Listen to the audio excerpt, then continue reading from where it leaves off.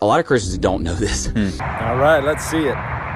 The passage that describes what almost everyone agrees is the fall of Satan in heaven pre-Genesis is Ezekiel 28. And of course, by almost everyone, what Josh actually means is a small minority of scholars. The overwhelming majority of scholars agree that Ezekiel 28 has absolutely nothing to do with Satan. This is a poetic dirge about the king of Tyre, a human king, and it's restating the criticisms of the first 10 verses using this metaphor of the human, the Adam, in the Garden of Eden. Because in verse 2 and verse 9, the text says that the king of Tyre is an Adam, a human, a mortal, and Lo-El, and not a deity, not divine, though he tries to make himself divine. And so the story of the creation of humanity in the Garden of Eden is taken up as a poetic overlay on the story of the king of Tyre trying to be divine, just like Adam and Eve tried to be, but falling and getting kicked out of the Garden of Eden. That's what almost everybody thinks this passage is about when they have PhDs and study this stuff for a living. I'm going to read it, and and I'm going to point out why everybody thinks this is describing the fall of Satan. This is, by the way, an example. We talk about this a lot on the podcast. This is an example of a prophecy that has an immediate fulfillment and then an eternal fulfillment as well. And what Josh is doing here is an example of making up a workaround for thinking something is a prophecy about something it's not about, and then when it gets pointed out what the text is actually about, you just say, oh, well, that was just the immediate fulfillment. The eternal fulfillment is whatever I want it to be, even if there are no data that support the notion that there are supposed to be dual fulfillments for a prophecy, or that the interpretation that you want is to be found anywhere in this text. What I'm getting ready to read is from Ezekiel 28. A lot of people think that it's referencing the king of Tyre. Well, that's only because the chapter repeatedly and explicitly says it is about the king of Tyre, as it does quite clearly in verse 12, where God says to Ezekiel, "Mortal, raise a lamentation over the king of Tyre." Tyre. Tyre. And that would be an immediate fulfillment. But there's no way it can just be that. And I'm going to point out why. The why is just that you need it to be more than that, but you don't have a reason to interpret it as anything more than that. As we're going to see, Josh can't come up with a good argument and has to consistently misrepresent what's actually in the text. So this is Ezekiel 28. It says, "You were the seal of perfection, full of wisdom and perfect in beauty. You were in Eden, the garden of God." Now, let me stop there. Everybody's like, hey, dude, skeptics are like, it's talking about the king of Tyre. Well, guess who was not in Eden, the garden of God? The king of Tyre was not in Eden, the garden of God. Yes, but who was there? Ha-Adam, the human, the mortal, Adam, which is what God repeatedly calls the king of Tyre in Ezekiel 28. Atadam velo el, you are a mortal, a human, and not a god. And then in verse 12, we get the lamentation being raised over the king of Tyre, using that identification as Adam with this overlay of the story of the Garden of Eden. So it would be like if I were to say, Josh, you're not a scholar, you're a clown. Here's a story about Josh. And then I started talking about a circus that had a clown in it.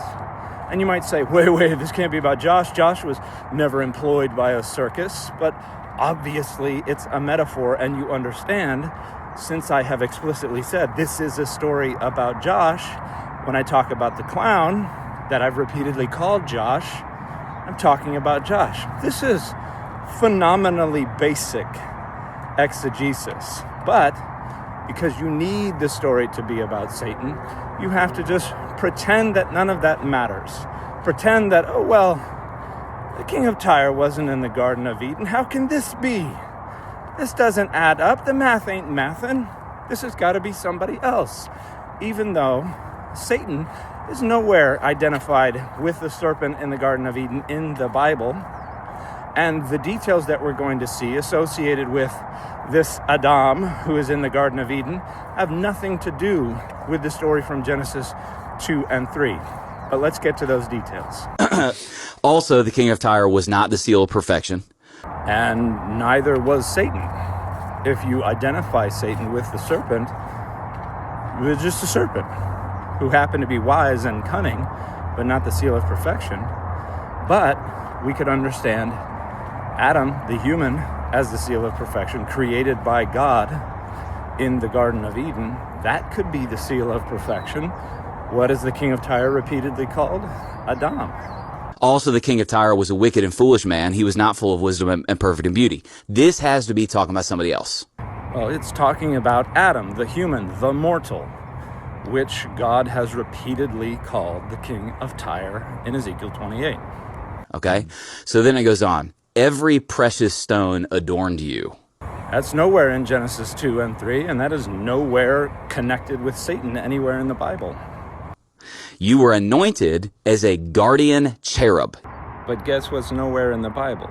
The identification of Satan or the serpent from the Garden of Eden as a cherub. The story of the Garden of Eden only has cherubim, plural cherubs, that are placed to guard the entrance to the Garden of Eden after Adam and Eve are already kicked out. And the serpent is never identified as a cherub anywhere.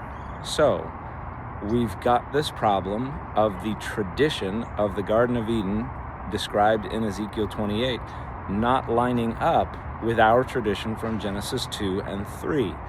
But as we've already seen, this story is explicitly about Tyre, who has repeatedly been referred to as Adam, a human, a mortal, and we know that Adam, the human, the mortal, was the central focus of the Garden of Eden. And so we know we're supposed to be identifying the king of Tyre with the Adam, the human, the mortal, in the Garden of Eden. You cannot connect the serpent with Satan just from the Bible alone, and you cannot connect the serpent with a cherub just from the Bible alone. That takes the post-biblical tradition of identifying cherubs as angels and identifying Satan as an angel. If you are unfamiliar with the Bible, there are typically two species, probably two species of angels. There may be more. Probably two species of angels that are referenced. Cherubim and seraphim. Now you get into the passages that talk about the watchers. You deep dive this stuff, and there's some you can get trippy. But there's passages that talk about the watchers and all this, but there's at least two, cherubim and seraphim. Now, Josh is obviously not familiar with the Bible because there is nothing anywhere in the Bible that identifies cherubim or seraphim as angels. That is entirely a post-biblical tradition. The cherubim seem to be the higher ranking angels. That is also nowhere in the Bible. It's an entirely post-biblical tradition. So it says about this, whoever this is talking about, you were anointed as a guardian cherub. For so I ordained you. For you were on the holy mount of God. Again, that's not where the king of Tyre was. That's also not where the Garden of Eden was. There is no mountain mentioned anywhere in Genesis 1, 2, 3, 4, or 5. The Garden of Eden is not the mountain of God, according to the story we have preserved at the beginning of Genesis. This is where we get all these details that don't line up with our story of the Garden of Eden, and so obviously cannot preclude understanding this as a reference to the king of Tyre as an Adam or Adam or the mortal or the human from the Garden of Eden. You walked among the fiery stones. Also not in Genesis 2 or 3. You were blameless in your ways. From the day you were created till wickedness was found in you, then your heart became proud on account of your beauty, and you corrupted your wisdom and you because of your splendor. So I threw you to the earth, and I made a spectacle of you before kings. Now, but the serpent from the Garden of Eden is never made a spectacle before kings. Nowhere in the Bible is Satan made a spectacle before kings. The king of Tyre, however, was overthrown by a king, and in that sense could be said to be made a spectacle before kings in their fall. It only makes sense, really, when you actually pay attention to the details, if you understand the metaphor, the dirge, the lamentation, to be referring to the person the text explicitly says it's referring to. Now, what nearly every theologian says is that prophecy is reaching back to pre-Genesis, and it's describing the fall of Satan. Again, it's not nearly every theologian. It's a small minority of theologians. All right, now let's go a layer deeper. There are only 3 angels that are mentioned by name in the Bible. Only 3. You got Michael, Gabriel, and Lucifer. There are 2 angels mentioned by name in the Hebrew Bible. Michael and Gabriel, that's both in the book of Daniel, because the book of Daniel was written in the middle of the 2nd century BCE in the Hellenistic period, which is the period when angels began to be assigned names and duties and positions within the heavenly hierarchy that has taken shape in the Hellenistic period. Lucifer is not the name of an angel anywhere in the Bible. Lucifer is the Latin translation of the Septuagint's Heosphoros, which Jerome chose. And then the Greek Heosphoros is a translation of the Hebrew Halel ben Shachar, which means shining one, son of the dawn, and is a way to refer to the planet Venus and the deity associated with the planet Venus. And in Isaiah 14:12, that is the sarcastic way to refer to the king of Babylon, who also has pretensions of divinity, and the text is saying, you thought you were divine, but it turns out you're just a human, just like in Ezekiel 28. So the identification of Lucifer with Satan and with an angel is a post-biblical tradition. It is nowhere made anywhere in the Bible. So those are the only 3. So this is a little speculation, but it's educated speculation. No, it's not. So you only have 3 angels. Now you go a layer deeper, you get to Revelation. Revelation 12 seems to be the exact example of what we were talking about earlier, where Revelation is showing what's going on behind the scenes in the spiritual realm. And it says, and I'm going to read it, okay? Revelation 12 seems to be describing what happened when Satan originally fell. And it says this, then war broke out in heaven. Michael and his angels fought against the dragon. That is very clearly seems to be Lucifer, Satan, the devil. And the dragon and his angels fought back, but he was not strong enough. That's a great verse. But he was not strong enough. Wow. Come on, somebody. Wow. Greater is he that is in you. And they lost their place in heaven. The great dragon was hurled down, that ancient serpent called the devil or Satan. So Revelation 12 and 20 explicitly identify the dragon as Satan, but it's not Lucifer, and it's not the serpent from the Garden of Eden. That ancient serpent and dragon with 7 heads is quite clearly Leviathan. Leviathan is the dragon and serpent, according to the Greek translation of Isaiah 27:1. Leviathan has multiple heads, according to Psalm 74. The book of Revelation is identifying Leviathan as that ancient serpent. Leviathan predates the serpent from the Garden of Eden as well, because the defeat of Leviathan is represented as what makes creation possible. So, Revelation 12 and 20 do not identify the serpent from the Garden of Eden as Satan, because the dragon and serpent from Revelation 12 and 20 is Leviathan, who leads the whole world astray. He was hurled to the earth, and watch this is really important, and his angels with him. So what we have here is Leviathan being equated with the story of the star falling to earth from heaven in the beginning of the animal apocalypse in the book of Enoch. And then Enoch sees other stars follow that one star to earth. So Revelation is saying, let's rope it all together. Leviathan is this great dragon who sweeps down these stars with his tail. So it's innovating on, building on these traditions that it is bringing together. None of this has anything to do with the serpent from the Garden of Eden, with Lucifer from Isaiah 14, or any of that. This is an Enochic tradition being folded into the idea that the Leviathan is Satan. So what it seems like you have is interesting. You've only got 3 angels mentioned: Michael, Gabriel, Lucifer. Revelation 12, 3 and 4 says this: its tail, talking about the dragon, swept a third of the stars out of the sky and flung them to earth. And then it talks about the quote unquote his angels falling. So what it seems like you got is the 3 chief leader angels of heaven. Michael, Gabriel, Lucifer. Lucifer becomes proud. He doesn't want to worship God. He wants to be worshiped as God. He doesn't want to take orders. He wants to give orders.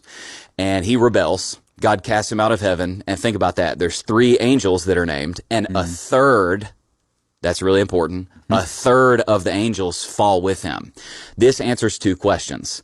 What are angels? Angels are servants of God, spiritual servants of God in his kingdom. And what are demons? They're fallen angels. Yes. They used to be angels. They were cast out of heaven because they decided to follow Lucifer. So more post-biblical attempts to fold all this together, to conflate all these different traditions. The idea that demons have anything to do with fallen angels is entirely from 1st Enoch. But in 1st Enoch, the angels choose to descend to earth, and then they have children with human women. These are giants. They have children. These are the Nephilim. The Nephilim die, and their spirits become the demons that haunt the earth. This is all a tradition that developed in the Hellenistic period, which is, again, when the angels begin to have responsibilities, have roles in the heavenly hierarchy, and have names. So all Josh is doing here is saying, look, I can take my tradition and I can use it as instructions for putting together these stray Legos that we find in the Bible, and I can create something that looks like my tradition from these scattered Legos, and that means the Legos were intended to build my tradition all along. In reality, it's just taking a bunch of post-biblical traditions that are nowhere in the Bible and imposing them upon the Bible as a unifying framework and saying, I can force the Bible to agree with my tradition. So Josh doesn't know the Bible very well, doesn't know these traditions very well at all, is just trying to gin up this collective effervescence of feel-goods so that the resonance will confuse people into believing this was there all along. And the reality is that none of this is in the Bible. Josh just doesn't know the Bible very well at all. And the fit for this video has been the Fantastic Four.